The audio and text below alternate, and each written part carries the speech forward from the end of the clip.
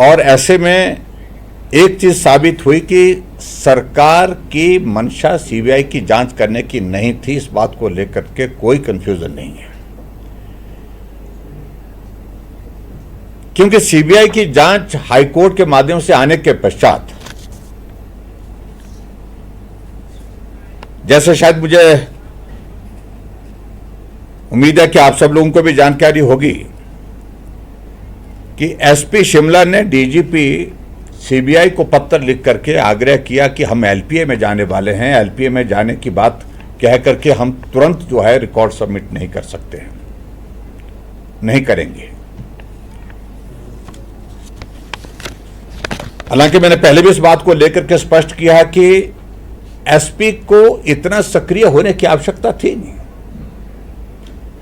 माननीय उच्च न्यायालय के आदेश आने के पश्चात जो भी कार्यवाही होनी थी आगे की, उसके संदर्भ में जो भी फैसला करना था वो स्टेट गवर्नमेंट को करना था, प्रदेश सरकार को करना था।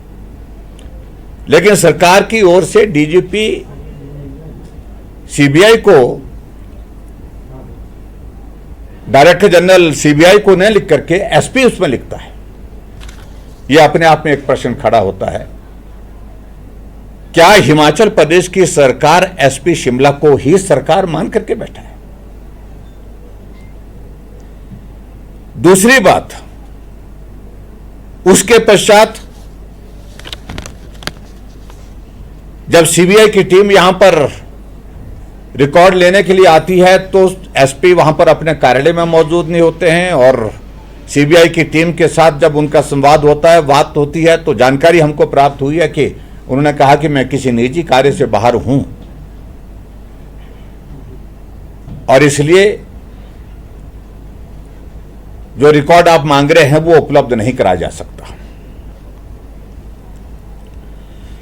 और उसके बाद अगले दिन एक घटना और होती है कि एसपी शिमला फुल फ्लैश एक प्रेस कॉन्फ्रेंस करते हैं, और प्रेस कॉन्फ्रेंस में आरोप वो सिलसिलेवार डीजीपी शिमला के ऊपर, चीफ सेक्रेटरी के ऊपर, एसीएस होम के ऊपर, एक्स डीजीपी संजय कुंडू जी के ऊपर, और इसके साथ साथ में हिमाचल प्रदेश के हमारे भारतीय जनता पार्टी के नेताओं के ऊपर, भारतीय जनता पार्टी के नेताओं के साथ साथ में विधायक सुधीर शर्मा के ऊपर, और यहां तक के सीबीआई पर प्रश्न खड़े किए, सेंट्रल गवर्नमेंट के ऊपर प्रश्न खड़े किए। और जो पूरे हिमाचल प्रदेश में पिछले लगभग 2.5 साल के कार्यकाल में जो पॉलिटिकल डेवलपमेंट्स हुई थी, चाहे वो राज्यसभा के चुनाव से संबंधित है, चाहे वो कांग्रेस के विधायकों का नाराज होकर के कांग्रेस से अलग होने का फैसला, उस पर एसपी प्रेस कॉन्फ्रेंस कर रहा है। यानी कि वो सरकार का भी हिस्सा बनकर के, सरकार का हिस्सा नहीं, सरकारी जो है वो बातें वो करने के लिए भी वो प्रेस कॉन्फ्रेंस कर रहे हैं, और पॉलिटिकल जो डेवलपमेंट हिमाचल प्रदेश में बीच बीच में होती रहती है उस पर भी प्रेस कॉन्फ्रेंस कर रहे हैं। यानी कि नेता भी, और नेता के साथ साथ में हिमाचल प्रदेश में कि सरकार भी वही ऐसे मान करके वो प्रेस कॉन्फ्रेंस कर रहे हैं। मैं समझता हूं कि बहुत ही दुर्भाग्यपूर्ण है। और लोग भी पूछ रहे हैं, और इस बात को लेकर के मुख्यमंत्री ने स्वयं अपने आप स्पष्ट किया है कि जो पेन ड्राइव जिसको फॉर्मेट करने की बात आई है उसको रिट्रीव कर दिया है। यानी कि स्वयं अपने आप ही उन्होंने स्वीकार कर लिया है कि जो पेन ड्राइव फॉर्मेट कर दी गई थी उसको रिस्टोर कर दिया, उसको जो है रिट्रीव कर दिया है। इसका मतलब क्या है कि स्पष्ट हो गया कि सबूत को नष्ट करने का प्रयास ईमानदारी से किया गया। यह भी मैं आपके बीच में कहना चाहता हूं। और आगे बढ़कर के मैं ये भी कहना चाह रहा हूं कि अब आप अंदाजा लगाइए कि हालत क्या बन गई है। डीजीपी रिटायर हुए, और एक रस्म के मुताबिक डीजीपी जब रिटायर होते हैं तो फेयरवेल परेड होती है, फेयरवेल उनको दी जाती है। लेकिन अब की बार इस प्रकार से कुछ नहीं किया गया। डीजीपी जाने से पहले जो डीजी डिस्क मिलती है पुलिस के कुछ कर्मचारियों को मिलती है, पुलिस के अधिकारियों को कुछ को मिलती है, नए डीजीपी साहब आते हैं और वो सब के सब जो है वो रद्द करके चले जाते हैं। ये क्रम कब तक चलता रहेगा? एक अनार्की हो गई है हिमाचल प्रदेश में आज के इस हालात में। पूर्ण रूप से कॉन्स्टिट्यूशनल क्राइसिस, कॉन्स्टिट्यूशनल फेलियर है। सरकार के हाथ में आज की तारीख में ऐसी स्थिति हो गई है कि लगता है कि कुछ भी नहीं है, ना अधिकारी उनके नियंत्रण में है, ना विधायक उनके नियंत्रण में है, ना मंत्री हैं, ना उप मुख्यमंत्री हैं। और जब ये हालात बन गए हैं तो हमें इस बात को लेकर के समझ में नहीं आता कि आखिरकार हिमाचल प्रदेश में मुख्यमंत्री जो सत्ता में बने हुए हैं, सत्ता में रहने का उनका औचित्य है क्या, जब कोई भी नहीं सुन रहा है, उनकी कोई भी बात नहीं मान रहा है। इसलिए मैं इन सारी बातों का मैं जिक्र कर रहा हूं, क्योंकि एक बहुत बड़ा एक लंबा सिलसिला जो चला हुआ है उसके मुताबिक जो रुकने का नाम नहीं ले रहा है, इसलिए हमको आप सबके सामने उन पॉइंट्स को लेकर के अपनी बात कहनी थी। और मैं आज भी कहता हूं कि मुख्यमंत्री जी को हिमाचल प्रदेश में नैतिकता के आधार पर त्यागपत्र देना चाहिए। उनके नियंत्रण में कुछ भी नहीं है और जिस प्रकार का माहौल, जिस प्रकार का वातावरण पैदा करने की कोशिश कर रहे हैं मुख्यमंत्री महोदय और उनके अधिकारी मामले दर्ज करके, और मैं इस बात को कह सकता हूं कि दौर हमने भी देखा है, पिछला दौर देखा है जब राजनीतिक दृष्टि से एक दूसरे के खिलाफ मामले दर्ज करने का एक सिलसिला चलता था। हमने 5 साल उस सिलसिले को बंद किया, इसलिए ताकि हम फोकस होकर के काम कर सके, और हमने काम किया। लेकिन यह नया दौर फिर से आ गया जब छोटे छोटे मामलों को लेकर के भी पत्रकारों के ऊपर मामले दर्ज करते हैं, छोटे छोटे मामलों को लेकर के नेताओं के ऊपर मामले दर्ज करते हैं, पंचायत के चुने हुए प्रतिनिधियों के ऊपर मामले दर्ज हो रहे हैं। और मुझे मालूम नहीं इसमें मुख्यमंत्री क्या हासिल करने वाले हैं। और सही मायने में जब कोई व्यक्ति अपने दायित्व पर पूर्ण रूप से असफल हो जाते हैं, उसके बाद ऐसे कदम वो फ्रस्ट्रेशन में, हताशा में, निराशा में उठाते हैं, जो वर्तमान में आप हिमाचल प्रदेश में देख रहे हैं। देखिए, मैं इस बात को सिर्फ इतना ही कहना चाह रहा हूं कि बहुत बड़ी स्तर पर फजीहत हो गई, एक बार नहीं बार बार हो गई, अनेक बार हो गई। उसके बावजूद भी अगर करनी है, इंडिविजुअल कैपेसिटी से करनी है, वो करें। माननीय उच्च न्यायालय उस पर संज्ञान लेगा। मैं तो सिर्फ इतना ही कह सकता हूं। कानून का क्या परमिसिबल है, क्या परमिसिबल नहीं है, वो कोर्ट तय करेगा, कानून तय करेगा, ना गांधी तय करेगा, ना कोई और तय करेगा। तो इसलिए मैं इतना ही कहना चाह रहा हूं कि सारे मामले को लेकर के कुल मिलाकर के छटपटाहट किस बात की है, ऊपर से नीचे तक, वो यही कि सीबीआई के हाथ में कोई ऐसी चीजें ना लग जाएं जिसके कारण सरकार को भी कठिनाई हो और अधिकारियों को भी। और मैं इस बात को कहता हूं, एसपी सेंट्रल एजेंसी के अगेंस्ट बोलता है, सीबीआई पूरे देश की सबसे बड़ी इन्वेस्टिगेटिंग एजेंसी है, उसके अगेंस्ट बोल रहे हो। यूनियन गवर्नमेंट के अगेंस्ट बोल रहे हैं। हाई कोर्ट के फैसले से सहमत नहीं हूं। डीजीपी के खिलाफ, चीफ सेक्रेटरी के खिलाफ, होम सेक्रेटरी के खिलाफ, बीजेपी के खिलाफ, बीजेपी के विधायकों के खिलाफ, यानी कि इतना अधिकार दे दिया कि आप किसी के खिलाफ बोल सकते हैं। तो ऐसी सूरत में पूरा प्रदेश ये सारी चीज को देख रहा है। मुझे लगता है कि आगे इन्वेस्टिगेशन की जो प्रगति होगी उसमें सारी चीज़ों का जिक्र आएगा। और मैं यही कहूँगा कि निश्चित रूप से, और मैं कई बार हैरान होता हूँ, कई बार कुछ एक मंत्री भी इस बात को लेकर के ये करने की कोशिश करते हैं, पत्रकार वार्ता करके कुछ करके अपनी राय देने की कोशिश करते हैं। मैं समझता हूँ कि अब इसमें नहीं, अब जो कानून के मुताबिक जो उसमें जो रास्ता बनता है उस रास्ते पर सरकार को चलना चाहिए और इन्वेस्टिगेशन में सहयोग करना चाहिए। और ऐसी सूरत में मैं इस बात को पूछना चाहता हूं, क्या मुख्यमंत्री जी को जानकारी थी? क्या एडवोकेट जनरल को जानकारी नहीं थी? अगर जानकारी थी तो किस कैपेसिटी से एसपी शिमला जो है उनकी जानकारी के बिना, यानी कि उनसे राय लिए बिना, सहमति लिए बिना जो है एलपीए फाइल करते हैं? यह अपने आप में एक बहुत बड़ा प्रश्न है। और आगे बढ़कर के अब मुझे मालूम पड़ा कि एडवोकेट जनरल ने पिछले कल कहा है कि हम अब एलपीए में नहीं जाएंगे। आखिर हो क्या रहा है, इस बात को लेकर के पूरा प्रदेश हैरान है। और आगे बढ़कर के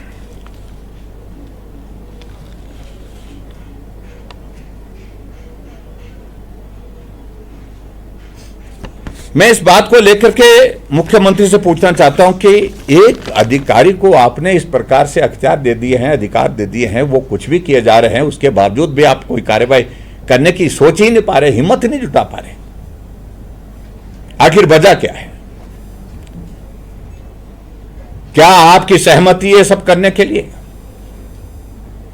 क्या आप इन सारी चीजों को लेकर के उनको कहने के लिए कह रहे हैं और उसके बाद जब फजीहत हो रही है उसके बाद फिर आप उसकी करेक्शन करने के लिए कदम उठाने की कोशिश कर रहे हैं?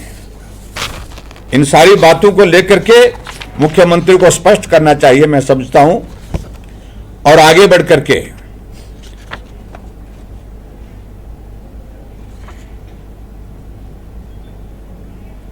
और एक एफिडेविट का जिक्र इस बीच में आया।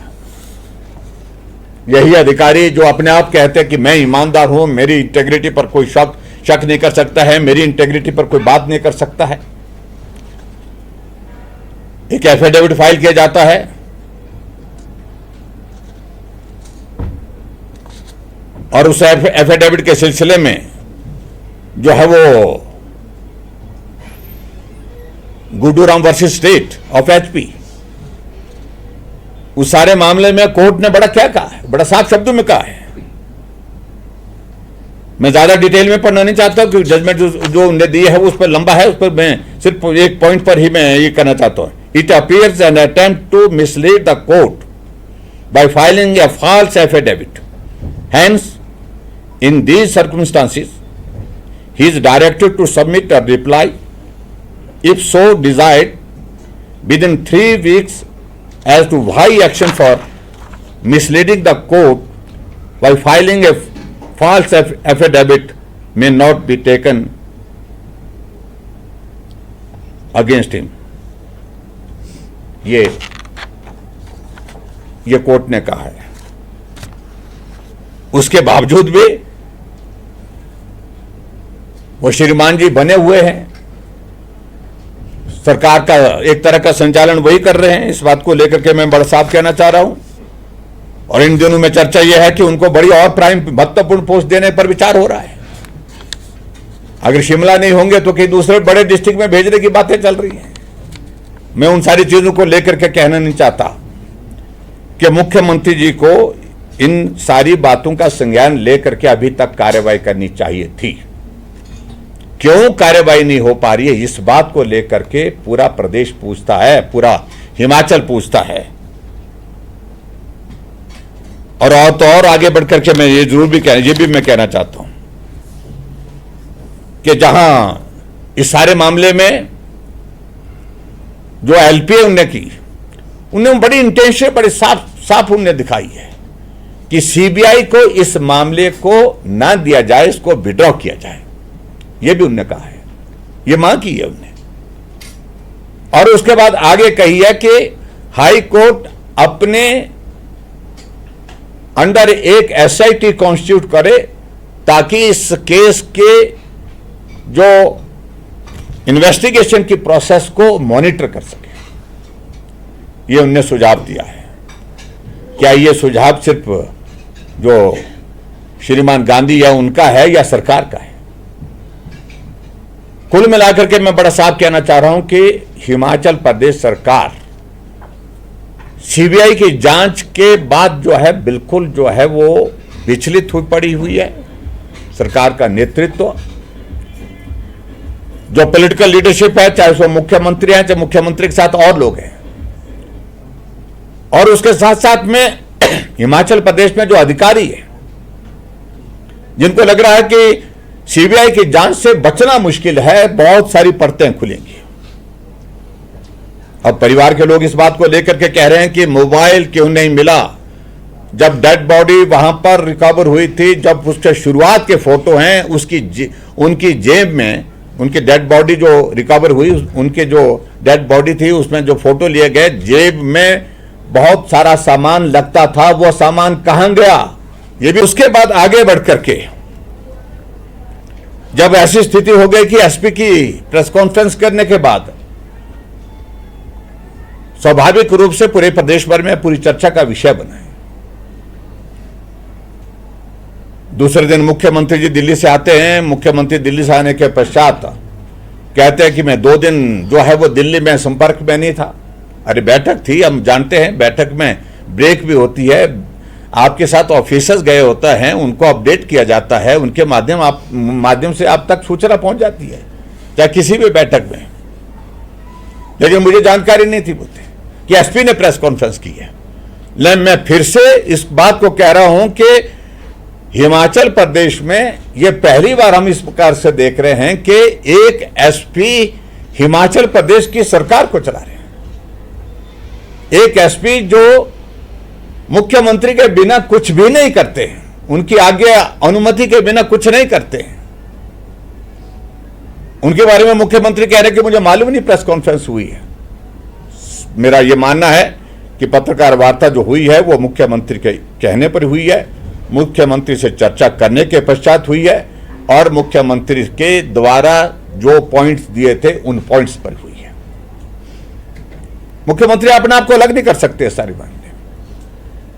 और दूसरे दिन मुख्यमंत्री प्रेस कॉन्फ्रेंस करके आप सबके बीच में कहते हैं कि हम सीबीआई की जांच का स्वागत करते हैं। मुझे लगा कि अब बात खत्म होगी, अब बात कह दी, और कहा कि हम जो पूरा कोऑपरेशन स्टेट गवर्नमेंट की ओर से देंगे। हमने कहा ये भी बहुत अच्छी बात है, और कहा आप लोगों को भी कहा कि आपके पास भी कुछ इंफॉर्मेशन है तो आप भी सीबीआई को दो, और हम मेरे लिए भी कहा कि भी वो भी दें। लेकिन हैरानी इस बात को लेकर के होती है, मुख्यमंत्री कहते हैं कि पूरा कोऑपरेशन सीबीआई को देंगे और हम एलपीए में नहीं जाएंगे। हम इस बात को मान करके चल गए कि भाई आखिरकार सरकार को जो है सद्बुद्धि प्राप्त हो गई, और ऐसी सूरत में जो कहा है उस पर हमको भरोसा करना चाहिए। लेकिन उसके बाद आप देखते हैं कि आगे बढ़कर के क्या हो जाता है। आगे बढ़कर के ये हो जाता है कि एसपी शिमला पर्सनल कैपेसिटी पर अपना डेजिग्नेशन का जिक्र करते हुए एसपी शिमला का ऑफिशियल कैपेसिटी से एलपीए फाइल कर देते हैं हाई कोर्ट में। क्या मुख्यमंत्री जी को यह जानकारी नहीं थी? और जो एलपीए फाइल की उसमें पैरा नंबर 2 है, देखिए, जिसमें एसपी शिमला ने बड़ा स्पष्ट शब्दों में जो है उसमें जो जिक्र किया हुआ है, that after the passing of the aforesaid judgment dated 23 May 2025, the matter was discussed with the Office of Learned Advocate General, State of Himachal Pradesh, whereby it has been opined to file present LPA in personal capacity। यानी कि उनके राय लेने के बाद, चर्चा करने के पश्चात ये फैसला लिया गया कि पर्सनल कैपेसिटी पर एसपी शिमला जो है उसमें एलपीए फाइल करेंगे। विचित्र परिस्थिति है, आपको तो नहीं है। और एलपीए फाइल होने के बाद इस सारे विषय को लेकर के जो लीगल एस्पेक्ट है वो सब साथी चर्चा करने लगे। एक तरफ से एसपी अपना डेजिग्नेशन का जिक्र करते हैं, डेजिग्नेशन के साथ साथ ये भी कहते हैं कि मुझे एडवोकेट जनरल के चर्चा करने के बाद, उनसे राय लेने के बाद जो है ये राय बनी कि इस बारे में एलपीए जो है करनी चाहिए पर्सनल कैपेसिटी पर। और जब ये एलपीए फाइल की तब क्या वो एसपी शिमला थे?